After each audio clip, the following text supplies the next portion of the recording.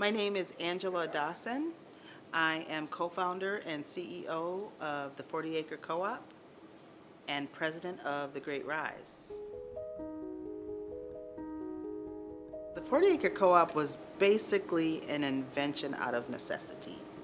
When I decided that I was going to pursue farming as a full-time pursuit and that I wanted to be sustainable with farming on the land here in Minnesota, I decided that I would go to the USDA, just like every other farmer does, and try to figure out how I can get the resources to start my farm. And my experience with the USDA was nothing that I was expecting it to be. And it ended up turning my life around, to be quite honest. But what I did find out, unfortunately, through the kind of process of discovering my own farming journey was that a lot of farmers who look like me were also treated that way. And some of them, unfortunately, were even treated worse. And so it was time for us to come together, and cooperation and cooperating around farming and agriculture has been something that our cultures have done for a very long time. But it's just that it hasn't been done in this way before. And even though black farmers weren't initially paid, they are the first farm laborers of this country. And basically the agricultural system was built on their backs.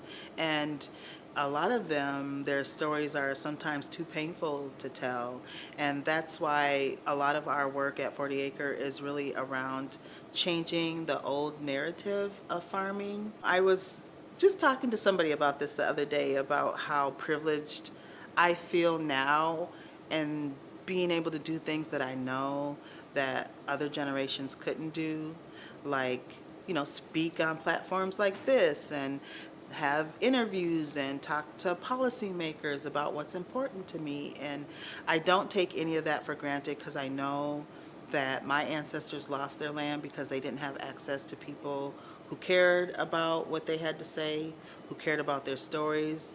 At some point, they weren't even considered human beings. They were considered 3/5 of a human. So for them to not have that voice, it feels very almost spiritual for me to be able to speak now and to tell my own story and to include them in the story and to hopefully honor them in the work that I'm doing, because it is really inspirational when we know that there's been so much injustice within the agricultural system, and it's been so unfair for people who have wanted to make this their life sustainable, wealth generating occupation. And now I'm able to do that, and hopefully I'm able to remain successful and help other people do the same thing. There's a lot of women farmers, first of all. And one of the things that I thought was really interesting that one of the USDA agents said to me when I was applying for my farm license and my farm business loan is, she said, "You need a man on your application. Like, how come there's not a man with you applying? We don't see a lot of applications of just women." Part of my work, and I think part of the work with a lot of especially women entrepreneurs in this industry, is to change that perception and to make more space for more inclusion and more diversity, because that's really what our ecosystem and our environment and our food system needs. That's a really good question. We collide on equity. But I talked to some folks about this, and to me it feels like the police and the over-policing of communities related to the war on drugs and the police's relationship with communities of color is not that different than the USDA's relationship with farmers of color, and that it's punitive and it's not fair and it's full of injustice, and it needs to change. I've learned a lot about politics in the last 6 months, more than I would ever want to know.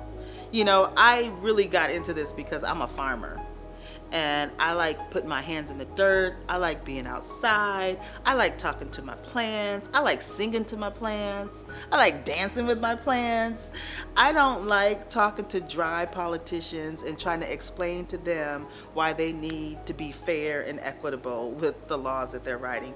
But it was necessary, because the unfortunate thing in our community is that there's not a lot of us who even have the platform and the access to talk to these people, right? Like, a lot of us can't even admit that we either work in the area or are consumers of cannabis because of other legal obligations or jobs or family situations, or people who might be at risk because of the stigma still related to cannabis. So I do try to use my voice as much as possible and represent those people in my community who I know don't have a voice at the table. So when I go there on behalf of the Great Rise and on behalf of my own family and myself, I try to speak as much truth to power as possible.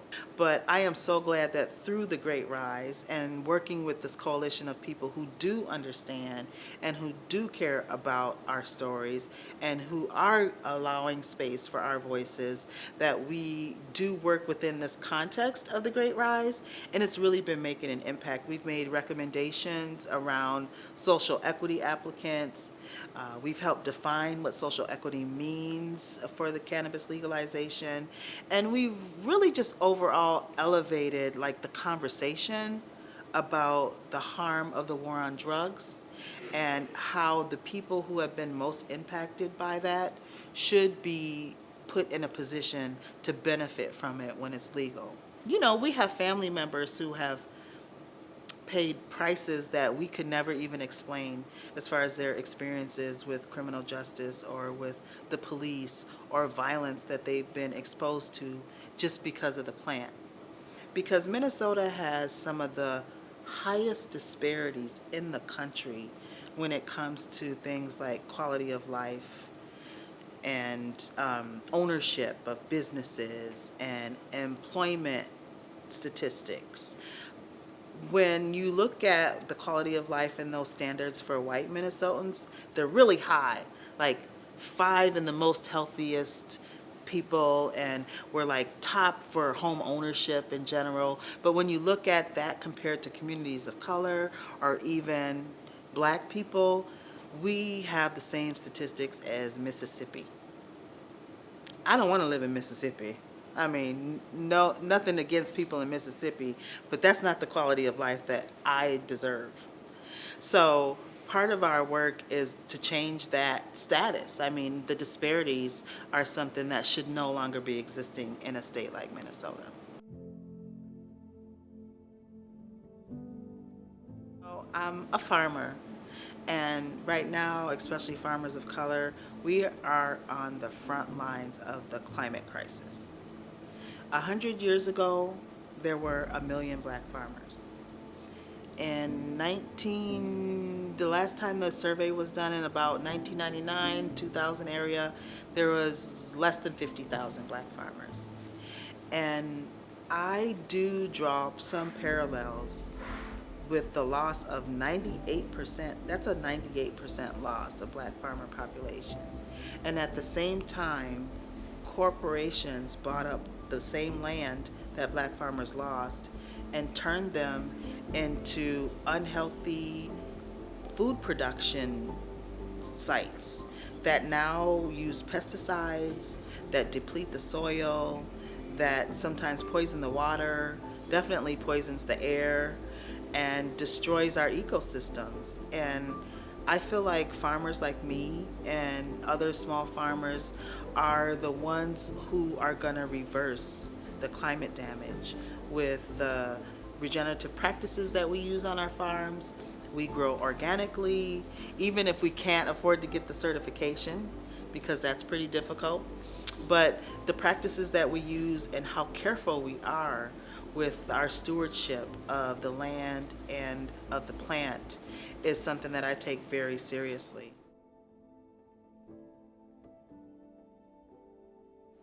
So 40 Acre is a really small producer in the state, but we are trying to do mighty things. And so we're looking forward to a future where we can be more of a resource of not just education and training within the community in the city, but also bringing more people to understanding the importance of our food system and our supply chain and supporting diverse farmers and knowing how important it is, even if you don't live in farm country, how important it is for you to understand your food system, where your food and products come from. And so we want to be able to elevate that conversation so that now diversity and equity within agriculture or cannabis are no longer an afterthought, but that we are at the table when the conversation is starting. You know, one of the things that I do say about the loss of black farmers over the last 100 years, black farmers created a lot of the inventions that we use now. For example, the cotton gin, the pull behind plow, um, the CSA system was created by a black farmer. The extension systems that universities use were first invented by a black farmer. And I like to challenge the USDA and other people who think that black farmers don't deserve to farm is what innovations and inventions have we missed out on? And what solutions do we not have now to the most pressing problems within our food system and our agricultural ecosystem? Because we have eliminated almost an entire population from farming. And I think that's a question that we need to answer now.